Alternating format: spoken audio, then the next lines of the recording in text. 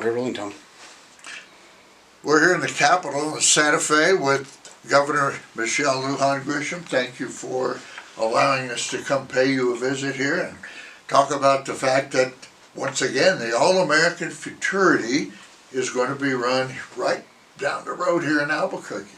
It's going to have to do that, and Tom, it's nice to see you. You're in the people's house, and so we're always ecstatic to invite people into the capital city and the Roundhouse, and I'm happy to host you and folks from Ruidoso in my office, because this is exciting news about these races on Labor Day. But we should talk about why they're in Albuquerque. Unfortunately, as everybody knows and has seen the video, Ruidoso sustained severe floods this year, much worse than last year. And July 8th, racing had to be discontinued. And fortunately, once again, Albuquerque and Paul Blanchard stepped up to host the biggest events, the All-American Trials going on as we speak. Right now. And then on Labor Day, the really big stuff, $6.5 million worth of purse money. Biggest purse money in American quarter horse racing history, Correct. as I Yes, understand it. that's right. And I'm happy to give the chairman of the University of New Mexico Regents a shout out, Mr. Paul Blanchard. But I'd like to give the folks from Ruidoso and Lincoln County and that community a shout out. None of the sales, which are happening also prior to the Labor Day races in Ruidoso, are very important and really fun, and families should think about going. People who participate in those sales, Ruidoso is open and ready for you. But listen, Rick Baugh runs a hell of a track. And we're proud of that track. We're also equally proud of the fact that the trotters who are owners and completely invested in New Mexico, in racing, in the industry, and in Ruidoso proper, that without their participation, their continued risk-taking, right, then none of this would be happening, and you wouldn't be talking about the benefits of having another host. So I want to make sure that New Mexicans and folks who are going to be traveling here from all across America, and for all the folks who will be doing the racing, those jockeys and horses and owners and the entire system, it's an ecosystem, that there are a lot of good partners here in New Mexico, and we're lucky to have them. And it's one of the reasons, Tom, that we are so committed to Ruidoso, to the industry, to Lincoln County. We are going to do everything in our power, and then some, to make people whole, to recover from this damaging, right, set of floods. This was frankly, I think this is a technical term, a hellacious monsoon season. To put it in perspective, you know, in mountain areas, we tend to get a little bit more rain. Yeah. So 2 to 4 inches for a dry desert, high desert state. So those of you in less arid areas, that doesn't sound like a lot of rain, but it's a lot of rain for New Mexico. We're at 20 inches plus, and we're on a really severe, very steep burn scar. And those first rains, right, that ash after a winter turns to like a coating of glass. Slick, It's slick. And that debris and that water comes off that mountain.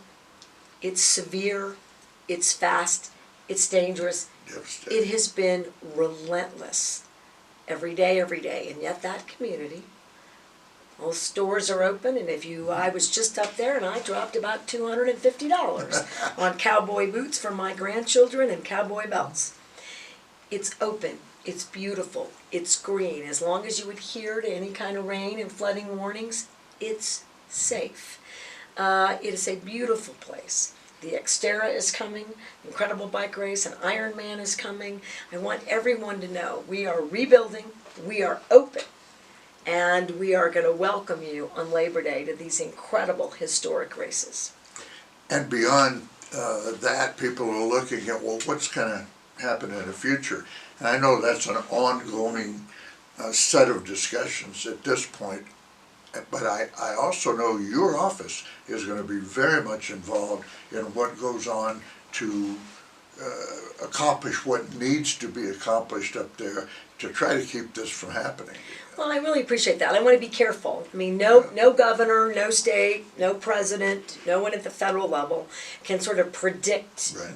what happens with the weather and emergencies. But what we can do is commit to leaning in. And we built everything as we dealt with the last flooding after the fire last year.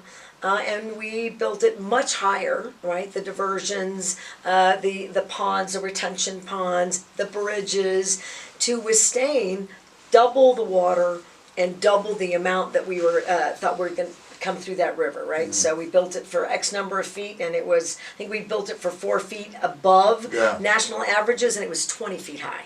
So at my 20 number, 20 inches, 20 feet, that flooding occurred. And businesses and homes and the racetrack were severely damaged.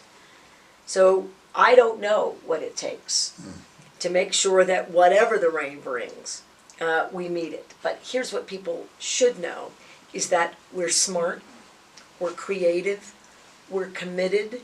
The mayor of Ruidoso, the mayor of Ruidoso down, they're all working together. The county's committed. We did get that to the first part of the declaration signed by President Trump. Frankly, he personally called me to say it was getting signed. I know that the feds are committed.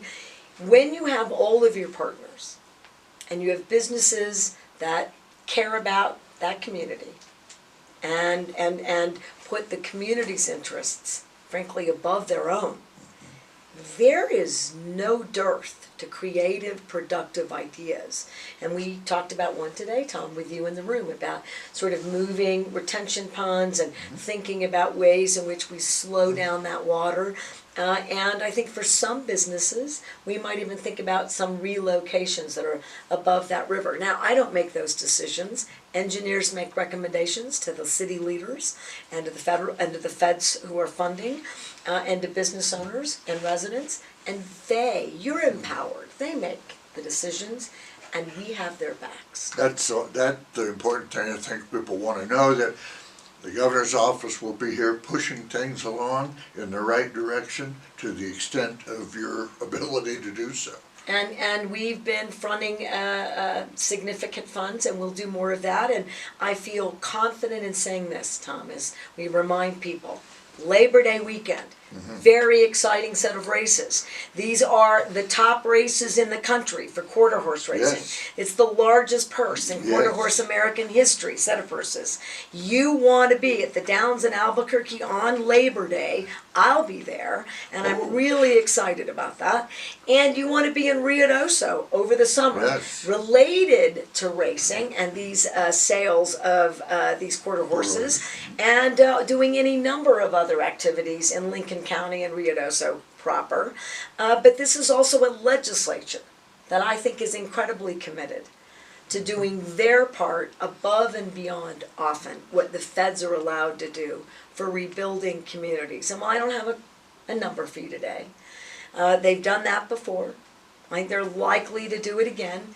And they might do that sooner than next January, frankly. So let's see where we end up. But we got your backs. We care about Ruidoso. And in fact, know this.